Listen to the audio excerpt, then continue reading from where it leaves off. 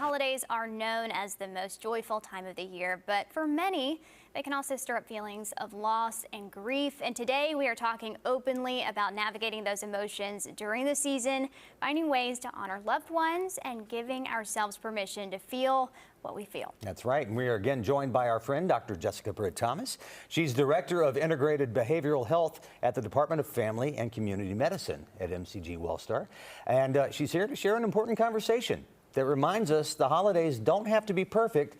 They just have to be real. Jessica, it's good to see you again. Yeah. Good to see you guys, always. This is actually something that both Mary and I have talked about before because we've lost loved ones here during the fall and the winter. Yeah. Same. And it's something that carries on. And sometimes that just really kind of takes the whole thing down a notch or two. It does. So let's talk about why the holidays tend to bring up grief more intensely, even years after a loss. Yeah, so as you mentioned, the holidays are a time for tradition, memories, family gatherings, and they also bring up a glaring awareness that someone that is supposed to be there is not there. Right. And so it just becomes very difficult if we hear a song or a smell or we do a family tradition that just brings that emotion back up just as if it happened yesterday.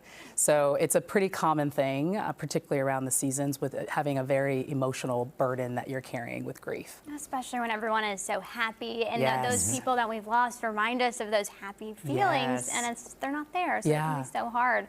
What are some of the common signs that someone is struggling with grief during the holiday season? And that's even if they're trying to hold it all together and not show it. Yeah, well, Mary, you bring up a good point. The holidays they signal happiness, but for a lot of us, it's not. We're masking a lot of pain, and sometimes people forget to ask that because they're going through the motions. But if you're withdrawn more from your activities that you enjoy, you see people that are kind of leaving early or not coming to things, maybe more tearful or irritable. It could also be another thing. Being very withdrawn are definitely different things to think about. And grief is in waves, so it's not a linear process. So one day you could be completely okay, and then the next day you're not.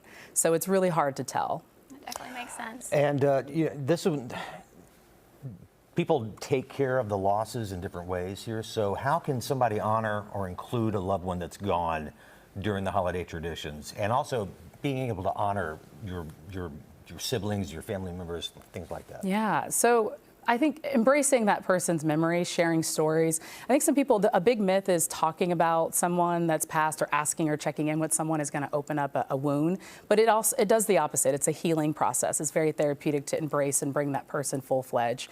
Maybe you do a new tradition. Maybe you're lighting a candle, you're sharing a story, you do a new pastime that embraces that loved one. Maybe you're cooking their favorite meal, anything. There's so many different things that you can do to kind of honor that person while you're also healing yourself at the same time. Oh, I love that so much. Yeah. So what are some realistic expectations people can set for themselves when grief feels heavy during the holidays?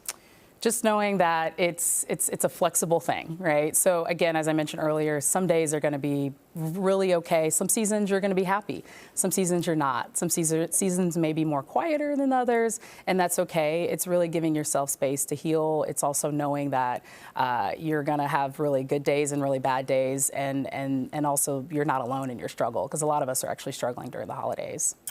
When is it important for someone to reach out for additional support, or maybe talk to someone, a professional or a friend or a family member? Yeah, great question. The persistence. So things are not changing, right? So we talk about maybe I'm having an off day or an off few days, or it's a seasonal thing, but now this is persisting into the week after or weeks later. I'm not able to function. I'm not able to get up. I'm not going to work. I'm not doing my obligations. I'm neglecting things, and that's on a repeated day in, day out. Looking at someone or speaking to someone could definitely be a good source of support. Absolutely. Yeah. I love just kind of going into the holiday with this new expectation and sort of just like realizing that you are not alone, and Yes. so many Sure. people Very are true. feeling a little bit of sadness during the Yeah. holidays. And the Yeah. people who aren't, good for them. Good for them. But, it's good to know you're not alone. And it will continue. It will go on. That's You right. have to move on and keep it up. All right. right. So, Jessica Britt Thomas, thanks so much for joining us. Thank you today. guys for having me Appreciate it. today. Have a happy holiday. You too.